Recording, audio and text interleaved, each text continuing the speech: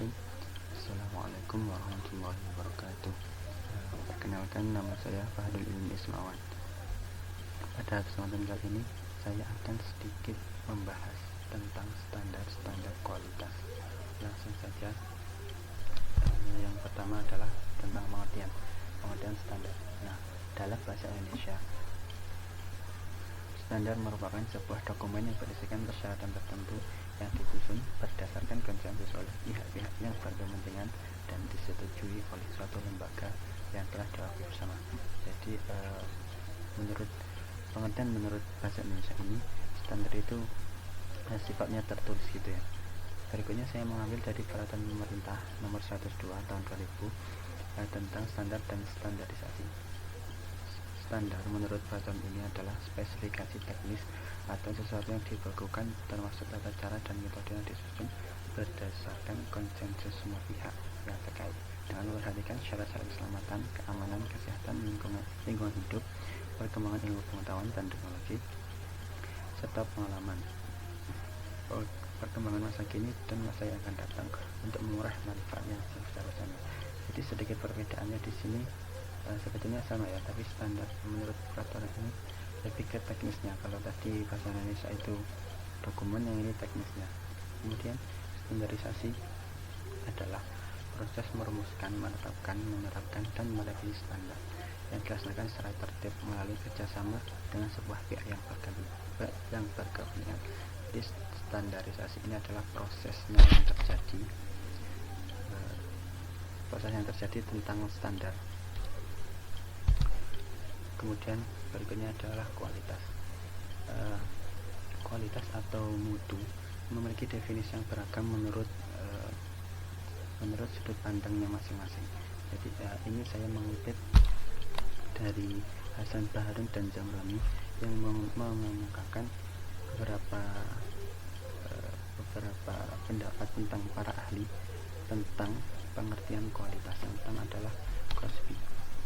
Nah, jadi menurut Crosby ini, mutu kualitas itu adalah sesuatu yang diisyaratkan dan distandarkan. Jadi suatu produk memiliki kualitas apabila sesuai dengan standar kualitas yang telah ditentukan. Standar kualitas meliputi bahan baku, proses produksi, dan proses jadi. Kemudian pendapat menurut Elliot tentang mutu adalah sesuatu yang berbeda untuk orang yang berbeda, tergantung pada waktu dan tempat, atau dikatakan sesuai dengan tujuan. Jadi maksudnya kualitas ini berbeda-beda, setiap individu itu berbeda-beda tergantung waktu dan tempat, dan kualitas ini disesuaikan tujuannya. Maksudnya adalah mengapa seseorang memiliki kualitas tersebut, tentu pasti ada tujuannya, seperti itu. Kemudian yang ketiga ada Armand Feigenbaum. Ini berpendapat bahwa mutu atau kualitas adalah kepuasan pelanggan sepenuhnya, atau bisa dikatakan full customer satisfaction. Nah, jadi untuk mengejar mutu, maka kesalahan dalam pelaksanaan proses kependidikan harus dieliminasi untuk mencapai keunggulan kompetitif lulusannya dan keunggulan komparatifnya dengan yang lain sesuai dinamika pasar tenaga kerja. Jadi menurut Arman ini lebih ke sudut pandangnya lebih kepada pendidikan ya. Jadi menurut Arman, kualitas ini harus meminimalisir terjadinya kesalahan-kesalahan yang akan terjadi. Jadi kepuasan pelanggan itu akan terjamin. Berikutnya American Society for Quality Control.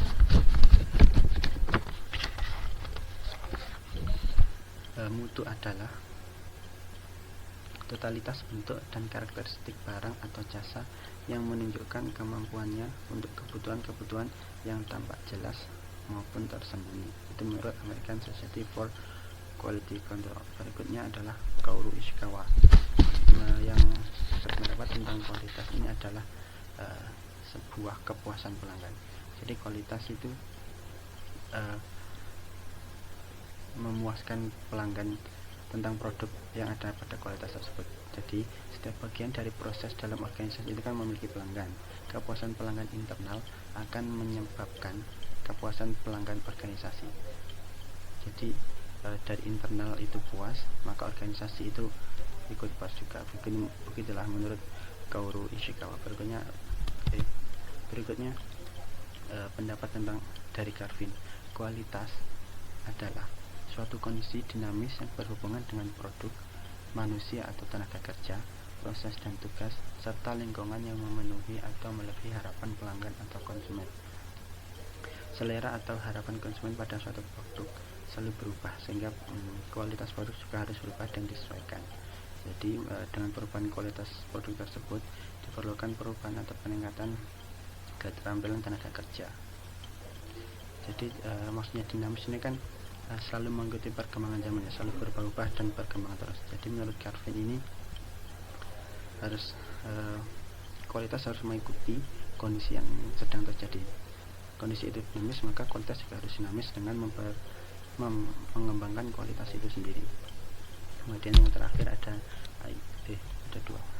Yang berikutnya ada ISO 9000.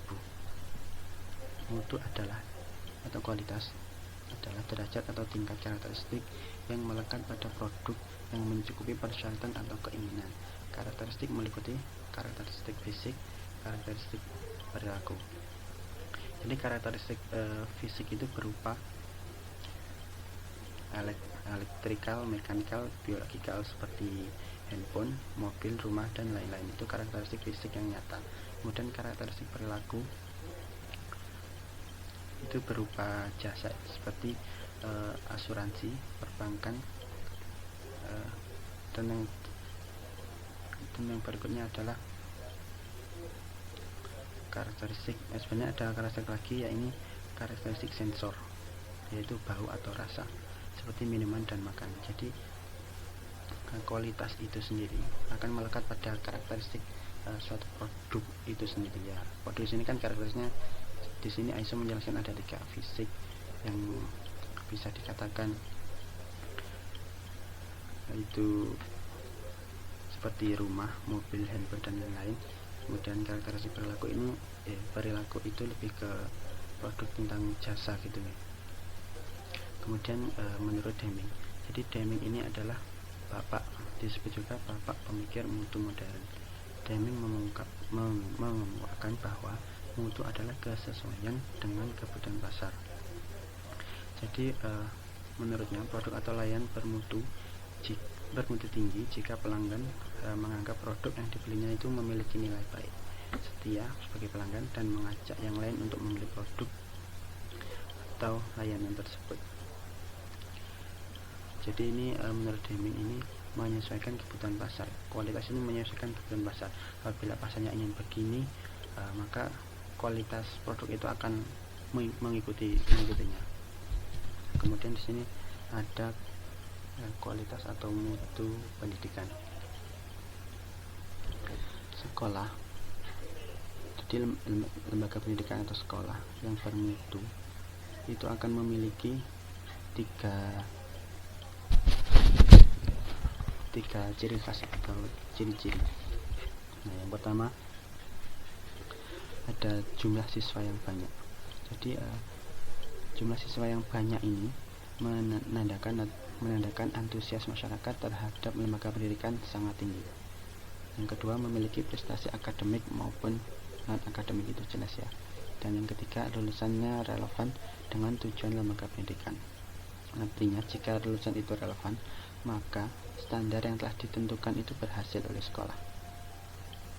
Jadi lulusan itu relevan dengan tujuan lembaga pendidikan. Jadi standar yang diberikan, standar kualitas yang diberikan pada sekolah itu sesuai, maka dibuktikan dengan lulusannya itu relevan. Kemudian Abdurrahman Saleh dan Mu'alimin ini berpendapat bahwa untuk melakukan peningkatan mutu pendidikan setidaknya dilakukan 4 tahap ini. Yang pertama school review, yang kedua quality assurance, yang ketiga quality control, yang keempat benchmark. Nah, jadi yang pertama ada school review. School review itu merupakan suatu proses yang di dalamnya seluruh pihak sekolah bekerja sama dengan pihak-pihak yang relevan untuk mengevaluasi serta menilai efektivitas kebijakan sekolah, program, serta mutu lulusan. Jadi school review ini akan nantinya terlihat kekuatan dan juga kelemahan yang dimiliki oleh sekolah. Jadi setelah diketahui kekuatan dan kelemahan sekolah, maka berikutnya di masa yang akan datang sekolah mampu menentukan dan menyusun program-program strategis untuk perkembangannya. Kemudian yang kedua ada quality assurance.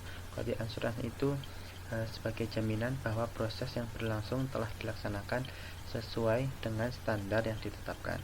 Kemudian yang ketiga ada quality control. Quality control itu suatu sistem untuk mendeteksi terjadinya penyimpangan kualitas output atau lulusan yang tidak sesuai dengan standar. Jadi meskipun siswa itu telah lulus dan telah keluar dari sekolah, pihak sekolah ini tetap mengontrol mereka-mereka yang telah lulus itu demi menjaga standar kualitas yang telah ditetapkan. Kemudian yang terakhir ada benchmark. Benchmark itu merupakan kegiatan untuk menetapkan suatu standar, baik proses maupun hasil yang akan dicapai pada periode tertentu. Kemudian menjadikan sekolah yang bermutu. Ini terdapat 3 aspek ya. Yang pertama ada input, yang kedua ada proses, dan yang terakhir ada output. Yang pertama adalah input. Nah, input ini terdapat pada masa penerimaan siswa. Jadi penerimaan siswa itu awal pintu masuknya peserta didik dengan mempertimbangkan berbagai hal ya, termasuk intelektual, kemudian keadaan fisik atau kesehatan seperti itu, kemudian ada sosial afektif. Kemudian selain siswa juga ada input tentang sumber daya manusia seperti pimpinan, dewan asatid, pengurus, dan juga santri. Kemudian yang aspek berikutnya adalah aspek proses. Di aspek proses ini terjadi pengajaran, pelatihan, pembimbingan, evaluasi, dan juga ekstrakurikuler. Jadi proses ini adalah bentuk pembimbingan daripada siswa yang telah masuk pada proses input itu tadi, kemudian diproses, dibimbing, dibentuk sesuai dengan tujuan maupun visi misi dari sekolah tersebut.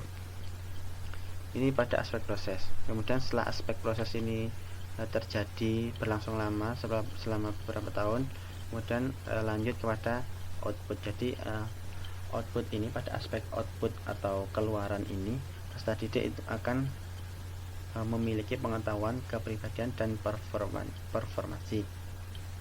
Nah, pendidikan yang berkualitas itu memang tidak hanya memberikan input atau output saja sebenarnya, tapi aspek proses ini juga penting terkait bagaimana menjadikan atau membimbing peserta didik, di mana waktu input ini memiliki karakteristik dan pengetahuan masing-masing yang berbeda-beda. Kemudian aspek proses ini bagaimana caranya sekolah itu meningkatkan pengetahuan dan juga kualitas dari peserta didik tersebut. Maka outputnya nanti akan juga memiliki kualitas yang lebih daripada input, daripada awal masuk begitu. Kemudian ada produk lembaga pendidikan. Jadi yang dikatakan produk itu kan sesuatu yang dapat ditawarkan dan memiliki nilai, itu kan bisa dikatakan produk. Kemudian produk dalam lembaga pendidikan itu sendiri adalah berupa edukasi, yang berarti pengetahuan, kemampuan, dan nilai-nilai yang tertanam dalam diri peserta didik. Itulah produk pendidikan. Kemudian dalam definisi tersebut, maka produk pendidikan di sini saya mengemukakan ada 6 produk. Yang pertama ada jasa kurikuler. Jasa kurikuler itu meliputi kurikulum, silabus umum, rancangan bahan pembelajaran, penyajian bahan pembelajaran, dan juga evaluasi. Yang kedua ada jasa penelitian. Nah, jasa penelitian ini berupa berbagai penelitian dan hasilnya atau pengembangan kemampuan guru dalam meneliti dan membaca penelitian. Yang ketiga ada jasa ekstrakurikuler. Jasa ekstrakurikuler ini meliputi berbagai kegiatan pelayanan di luar jasa kurikuler, seperti kegiatan kesenian, olahraga, prakarya, dan lain-lain. Kemudian yang keempat ada jasa pengembangan kehidupan bermasyarakat. Jasa ini meliputi layanan untuk mengembangkan kemampuan para peserta didik untuk hidup bermasyarakat. Jadi jasa ini mengembangkan potensi peserta didik untuk dapat mampu terjun ke lapangan dalam kehidupan masyarakat maksudnya. Kemudian yang kelima ada jasa administrasi atau ketetausahaan. Ini berupa layanan berbagai surat menyurat, surat keterangan bagi peserta didik. Kemudian ada laporan hasil belajar ya, dan ini tempatnya berada di tata usaha ya. Kemudian yang terakhir ada jasa layanan khusus. Nah, jasa layanan khusus ini berupa layanan bimbingan konseling atau BK, layanan perpustakaan, layanan UKS, dan lain-lain, seperti hanya layanan kantin dan layanan transportasi ataupun. Dan yang terakhir ada standar-standar kualitas. Di sini saya menyajikan 7 macam-macam standar-standar kualitas. Yang pertama ada ISO 9000. ISO ini singkatannya adalah International Standard Organization. Jadi ini merupakan standar seri manajemen mutu, dan ini pertama kali dipublikasikan pada tahun 1987 dan direvisi pada tahun 1994. Nah, Indonesia sendiri itu pada tahun 1992 mengadopsi standar kualitas ini atau ISO 9000 yang akan nantinya menjadi standar nasional Indonesia atau yang biasa kita sebut sebagai SNI.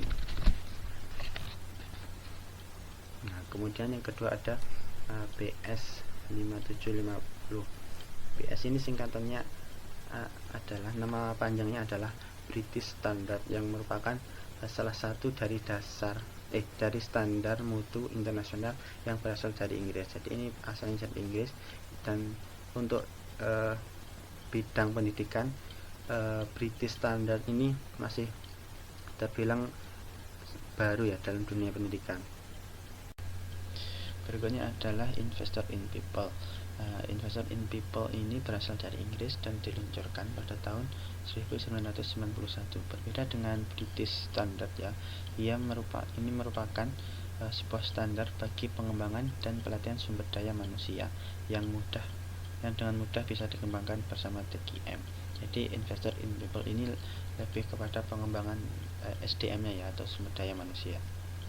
Nah, Investor in People ini bukan suatu standar TQM Total Quality Management yang komplit ya, namun ia dapat menjadi tanda menuju mutu terpadu serta indikasi penting bahwa sebuah lembaga telah mengembangkan proses manajemen yang sistematis untuk meningkatkan efektivitas dari sumber daya manusia atau stafnya. Jadi pengembangannya tetap pada sumber daya manusianya saja. Maka dikatakan Investor in People ini bukan suatu standar kualitas yang komplit. Berikutnya yang keempat adalah The Deming Prize. Deming Prize ini adalah penghargaan Deming, yang merupakan penghargaan mutu tingkat nasional di Jepang.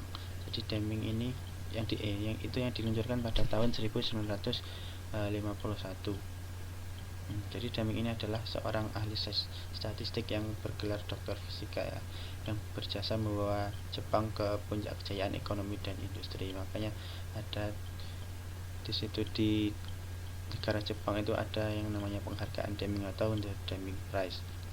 Menurut Deming ini, keberhasilan suatu organisasi ditentukan oleh manajernya, kemudian sisanya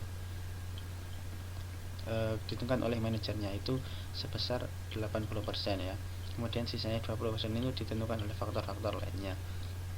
Nah, konsep Deming menyatakan bahwa dengan memperbaiki kualitas melalui proses produksi, maka biaya dapat diturunkan dan produktivitas dapat meningkat. Kemudian berikutnya yang kelima ada The Malcolm Baldrige Award. Standar kualitas ini adalah penghargaan Amerika yang setara dengan Deming Prize, namun didirikan pada tahun 1987 oleh Kongres Amerika. Jadi Deming Prize tadi standar kualitas yang berada di negara Jepang, sedangkan The Malcolm Baldrige Award ini berada di Amerika.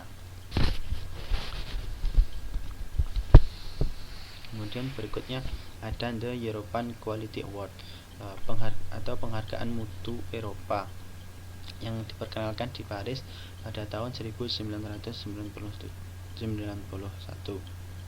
Nah, penghargaan ini menekankan pada dampak sosial, pemanfaatan sumber daya, dan hasil-hasil bisnis.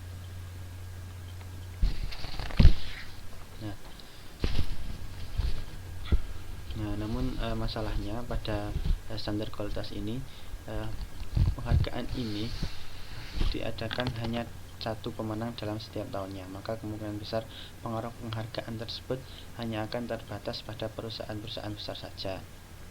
Namun meski demikian, penghargaan ini tetap dapat diikuti oleh bidang pendidikan yang memiliki metode pelatihan dan pendidikan yang signifikan dengan forum manajemen mutu Eropa. Dan yang terakhir ada standar The Citizens Charter. Nah, The Citizens Charter ini didirikan pada tahun 1992 yang memiliki publisitas yang luas. The Citizen Charter ini merupakan program yang dirancang untuk meningkatkan layanan publik dan menyediakan pilihan bagi mereka. Nah, prinsip dasar piagam ini mencakup semua layanan publik, termasuk diantaranya ada pendidikan. Nah, dalam pendidikan ini The Citizen Charter lebih dikenal dengan piagam orang tua. Jadi berbagai organisasi publik swasta ini mendaftarkan untuk mempunyai piagam tersebut. Nah, piagam orang tua ini merupakan memuat perubahan legislatif baru yang berkaitan dengan pilihan orang tua dan publikasi informasi, termasuk laporan tertulis tentang kemajuan anak, daftar prestasi tes dan ujian yang dipublikasikan, laporan inspeksi dan lain sebagainya. Jadi The Citizen Charter yang dalam dunia pendidikan lebih dikenal dengan The Parents Charter atau piagam orang tua, yang di sana terdapat standar kualitas bagi orang tua untuk tetap mengontrol anaknya di dalam sekolah.